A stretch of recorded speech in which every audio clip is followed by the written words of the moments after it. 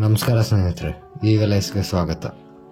ಇವತ್ತಿನ ನಮ್ಮ video topic ಬಂದು ಬೆಂಗಳೂರಿನ ಸೆಕೆಂಡ್ ಇಂಟರ್ನ್ಯಾಷನಲ್ ಏರ್ಪೋರ್ಟ್ ಅಂದರೆ ನೆಲಮಂಗಲ ಏರ್ಪೋರ್ಟ್ ಏನು ಪ್ರಪೋಸ್ ಆಗಿದೆ ಅದ್ರ ಬಗ್ಗೆ ಇನ್ನಷ್ಟು ಮಾಹಿತಿ, ಅದಾದ ನಂತರ ಕೆಲವು ಪ್ರಶ್ನೆಗಳನ್ನ ಆನ್ಸರ್ ಮಾಡೋದಕ್ಕೆ ಈ ವಿಡಿಯೋನ ಮಾಡ್ತಾ ಇದ್ದೀವಿ. ಸೊ ಏನಕ್ಕೆ ನೆಲಮಂಗಲನ ಚೂಸ್ ಮಾಡಿದ್ರು, ಬೇರೆ ಜಾಗಗಳನ್ನ ಚೂಸ್ ಮಾಡಲಿಲ್ಲ ಅಂತ ಮೊದಲನೇ ಪ್ರಶ್ನೆ.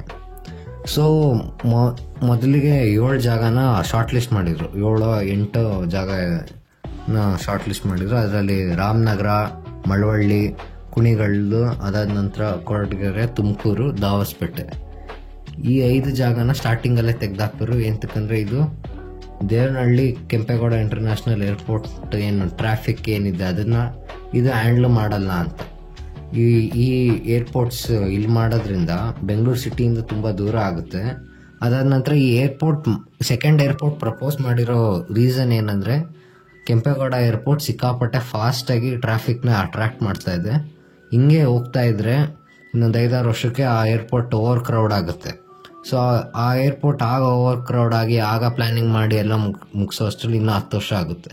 ಸೊ ಮುಂಚಿತವಾಗೇ ಈ ಏರ್ಪೋರ್ಟ್ ಅಂದರೆ ಸೆಕೆಂಡ್ ಏರ್ಪೋರ್ಟ್ನ ಸರ್ಕಾರ ಕೈ ತೊಗೊತಾ ಇರೋದು.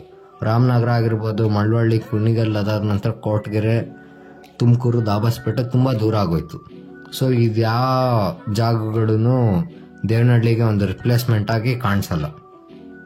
ಸೊ ಕೊನೆಗೆ ಉಳ್ಕೊಳ್ಳೋದು 2 ಜಾಗ, ಒಂದು ನೆಲಮಂಗಲ, ಅದಾದ ನಂತರ ಹಾರೋಹಳ್ಳಿ. ಹಾರೋಹಳ್ಳಿ ಏಂತಕ್ಕೆ ತೊಗೊಳ್ಲಿಲ್ಲ, ನೆಲಮಂಗಲನ ಏಂತಕ್ಕೆ ಮಾಡಿದ್ರು ಅಂದರೆ ಮೊದಲನೇ ರೀಸನ್, ಹಾರೋಹಳ್ಳಿ ಕರ್ನಾಟಕ ತಮಿಳ್ನಾಡು ಬಾರ್ಡ್ರಿಗೆ ಬರುತ್ತೆ. ಸೊ ಬಾರ್ಡ್ರಲ್ಲಿ ಮಾಡೋದ್ರಿಂದ ನಮಗೆ ಅಷ್ಟು ಬೆನಿಫಿಟ್ ಆಗಲ್ಲ, ಜಾಸ್ತಿ ತಮಿಳ್ನಾಡುವರೆಗೆ ಇದೊಂಥರ ಬೆನಿಫಿಟ್ ಆಗುತ್ತೆ. ಸೊ ಆದ ಕಾರಣದಿಂದ ಮೊದಲನೇ ರೀಸನ್ ಹಾರೋಹಳ್ಳಿ ಬೇಡ ಅಂತ. ಸೆಕೆಂಡ್ ರೀಸನ್ ಬಂದು ಈ ಕಡೆ ಜಿಗಣಿ ಕನೆಕ್ಟಿವಿಟಿ ಕೊಡಬೇಕು ಅಂದರೆ ಒಂದು ನೀವು ರೈಲ್ವೆ ಸಿಸ್ಟಮ್ನ ತರಬೇಕು, ಇಲ್ಲ ರೋಡ್ ಮೂಲಕ ಕೊಡಬೇಕಂದ್ರೆ ಬನ್ನೇರುಘಟ್ಟ ಬಯೋಲಾಜಿಕಲ್ ಪಾರ್ಕಿಂದ ಕೊಡಬೇಕು. ಸೊ ಇಲ್ಲಿ ನಿಮಗೆ ಆ ಮಟ್ಟದ ಕನ್ಸ್ಟ್ರಕ್ಷನು, ದೊಡ್ಡ ಎಕ್ಸ್ಪ್ರೆಸ್ ಹೈವೇ ಆ ಥರ ಎಲ್ಲ ಮಾಡೋದಕ್ಕೆ ಬಿಡೋಲ್ಲ. ಸೊ ಇದು ಕನೆಕ್ಟಿವಿಟಿ ಒಂದು ಇಶ್ಯೂ ಆಗುತ್ತೆ. ನೆಕ್ಸ್ಟ್ ಇಶ್ಯೂ ಬಂದು ಇದೇ ಬನ್ನೇರುಘಟ್ಟ ಬಯೋಲಾಜಿಕಲ್ ಪಾರ್ಕ್ ಏನಿದೆಯಲ್ಲ ಇದು ಲಿಮಿಟ್ ಮಾಡುತ್ತೆ ಗ್ರೋತು.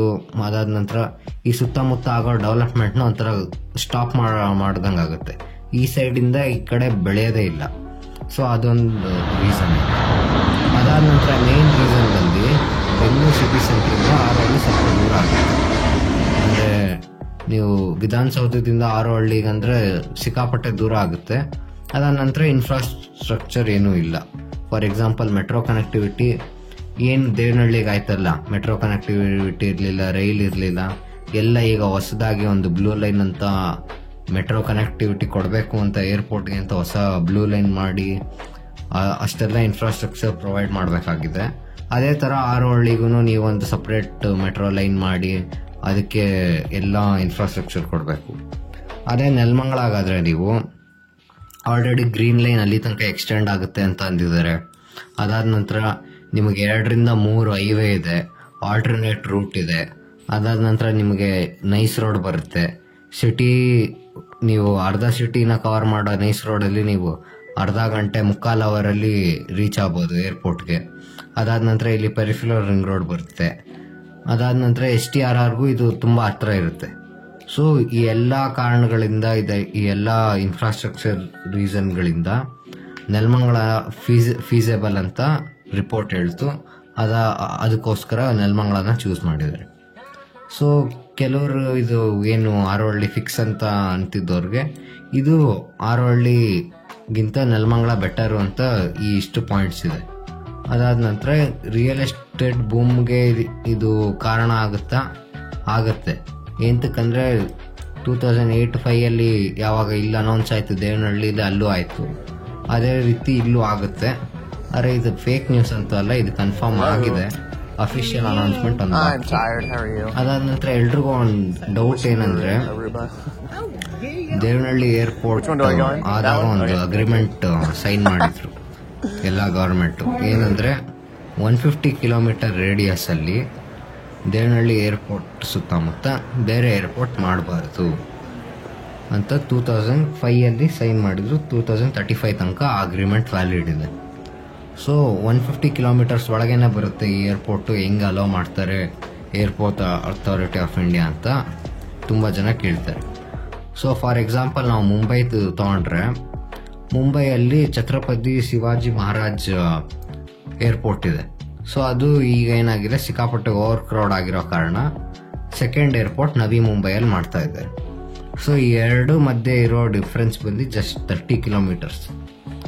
ಸೊ ಇಲ್ಲಿ ಅಲೋ ಮಾಡಿದ್ದಾರೆ, ಎಂತಕ್ಕೆ ಅಲೋ ಮಾಡಿದ್ದಾರೆ ಅಂದರೆ, ಈ ಫಸ್ಟ್ ಏರ್ಪೋರ್ಟ್ ಏನಿದೆ ಅಲ್ಲಿ ಸಿಕ್ಕಾಪಟ್ಟೆ ಓವರ್ ಕ್ರೌಡಿಂಗ್ ಆಗ್ತಾ ಇದೆ, ಸಿಕ್ಕಾಪಟ್ಟೆ ಟ್ರಾಫಿಕ್ ಇದೆ.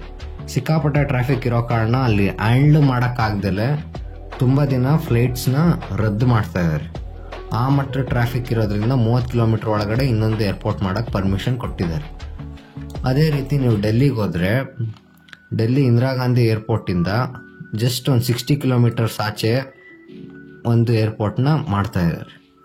ಸೊ ಇದೆಲ್ಲ ನೋಡಿದಾಗ ನಿಮ್ಗೇನು ಅರ್ಥ ಆಗುತ್ತೆ ಅಂದರೆ, ಯಾವಾಗ ಒಂದು ಏರ್ಪೋರ್ಟ್ ಓವರ್ ಕ್ರೌಡ್ ಆಗುತ್ತೋ ಆಗ ಪರ್ಮಿಷನ್ ಕೊಡ್ತಾರೆ. ಸೊ ಇವಾಗ ಏನಾಗ್ತಾ ಇದೆ ದೇವನಹಳ್ಳಿ ಏರ್ಪೋರ್ಟಲ್ಲಿ ಅಂದರೆ, ಸಿಕ್ಕಾಪಟ್ಟೆ ಫಾಸ್ಟಾಗಿ ಪ್ಯಾಸೆಂಜರ್ ಟ್ರಾಫಿಕ್ ಬೆಳೀತಾ ಇರೋ ಕಾರಣ ಇಲ್ಲಿ ಪರ್ಮಿಷನ್ ಕೊಡಲ್ಲ, 35 ತನಕ ಕೊಡಲ್ಲ. ಆಪ್ರೇಷನ್ಸ್ ಎಲ್ಲ ಶುರು ಮಾಡೋದಕ್ಕೆ ಅಥವಾ ಕಮರ್ಷಿಯಲ್ ಆಗಿ ಏರ್ಲೈನ್ಸ್ ಎಲ್ಲ ಶುರು ಮಾಡೋದಕ್ಕೆ 35 ತನಕ ಪರ್ಮಿಷನ್ ಕೊಡಲ್ಲ.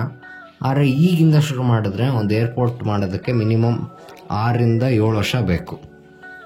ಸೊ ಈಗಿಂದ ಇವ್ರು ಪ್ಲ್ಯಾನಿಂಗ್ ಶುರು ಮಾಡಿದ್ರೆ 32, 33 ಅಷ್ಟೊತ್ತಿಗೆ ಏರ್ಪೋರ್ಟ್ ಮುಗಿದು 35 ಅದೇ ಯಾವಾಗ ಅಗ್ರಿಮೆಂಟ್ ಮುಗಿಯುತ್ತೋ ಅದಾದ ನಂತರ ಕಮರ್ಷಿಯಲ್ ಯೂಸಸ್ಗೆ ಅಂದರೆ ಆಪ್ರೇಷನ್ಸ್ನ ಶುರು ಮಾಡ್ತಾರೆ. ಸೊ ಇದು ಡೌಟ್ ಕ್ಲಿಯರ್ ಆಯಿತು ಅಂತ ಅನ್ಕೊತೀನಿ. ಸೊ ಇದು ಇವತ್ತಿನ ವಿಡಿಯೋ. ನಿಮ್ಮ ಸಪೋರ್ಟಿಗೆ ಧನ್ಯವಾದ. ಮುಂದಿನ ವಿಡಿಯೋಗಳನ್ನು ಹೀಗೆ ಸಪೋರ್ಟ್ ಮಾಡಿ. ಇನ್ನೂ ಹೆಚ್ಚಿನ ಕಾಂಟೆಂಟ್ಗೆ ನೀವು ನಮ್ಮ ಚಾನಲ್ನ ಸಬ್ಸ್ಕ್ರೈಬ್ ಮಾಡಿ, ಆ ಬೆಲ್ ಬಟನ್ನ ಪ್ರೆಸ್ ಮಾಡಿ. ಮುಂದಿನ ವಿಡಿಯೋದಲ್ಲಿ ಸಿಗೋಣ. ನಮಸ್ಕಾರ.